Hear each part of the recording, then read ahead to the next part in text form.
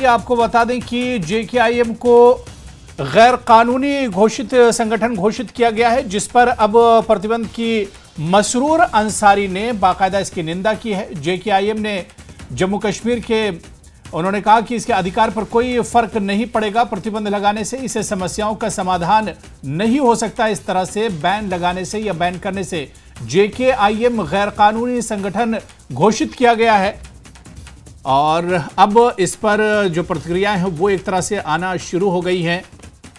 मसरूर अंसारी ने इसे कंडेम किया है और उन्होंने कहा है कि इससे प्रतिबंध लगाने से कोई फर्क नहीं पड़ेगा, इससे समस्याओं का समाधान नहीं होगा। इस तरह के अगर बैन लगाए जाएंगे तो उससे कोई फर्क नहीं पड़ने वाला है।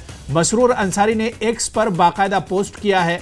जेकेआईएम पर प्रतिबंध लगाना उन्होंने कहा कि सही नहीं है। जेकेआईएम लोगों के अधिकारों की वकालत करती है और जेकेआईएम लोगों की समस्याओं का समाधान चाहता है।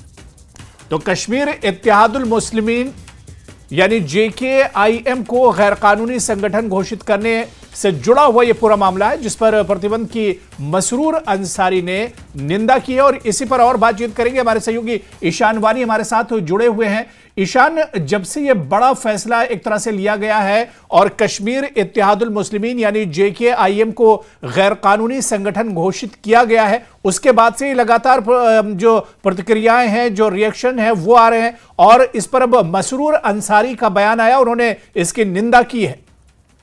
जी बिल्कुल, देखिए काफी समय बाद सरकार ने फिर एक बार कड़ा रुख अपनाया है, जिसमें दो तंजीमें जो है बैन कर दी गई है 5 साल के लिए।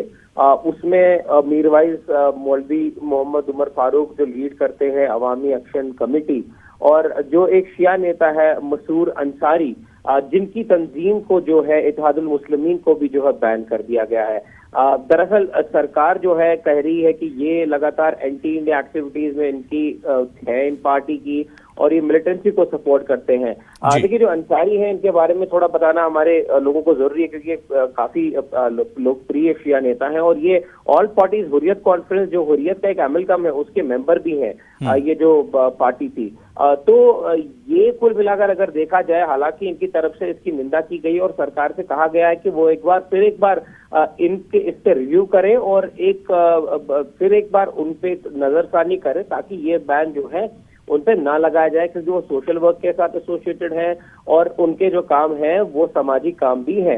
लेकिन अब इस तंजीम के बारे में ये जानना जरूरी है कि इनके जो पिता थे मोहम्मद अब्बास अंसारी, वो हुर्रियत के एक टाइम पे एक चेयरमैन भी रहे थे और उन्होंने ही ये तंजीम जो है जम्मू कश्मीर इत्तेहादुल मुस्लिमीन जो है उसकी फाउंडेशन रखी थी। दरअसल एक शिया अलहदी पसंद ग्रुप है जो कि सोशल वर्क भी करता है, लेकिन अलहदी की पसंद की तरफ इनका रुख था और हुर्रियत कॉन्फ्रेंस के एक हिस्सेदार भी थे। तो सरकार का कड़ा रुख जो है अपनाया सरकार है, लेकिन इसको देखते हुए जो उनके बेटे मसरूर अंसारी हैं, जो अभी इनके इस तंजीम के चेयरमैन है, उन्होंने कहा है कि सरकार को एक पीसफुल और नॉन वायलेंट मीन से जो है कहीं ना कहीं सोल्यूशन जो है निकालना पड़ेगा और इस बैन को जो है वापस रिव्यू किया जाए। बिल्कुल, बहुत बहुत शुक्रिया ईशान हमारे साथ जुड़ने के लिए और इस खबर पर डिटेल में जानकारी देने के लिए।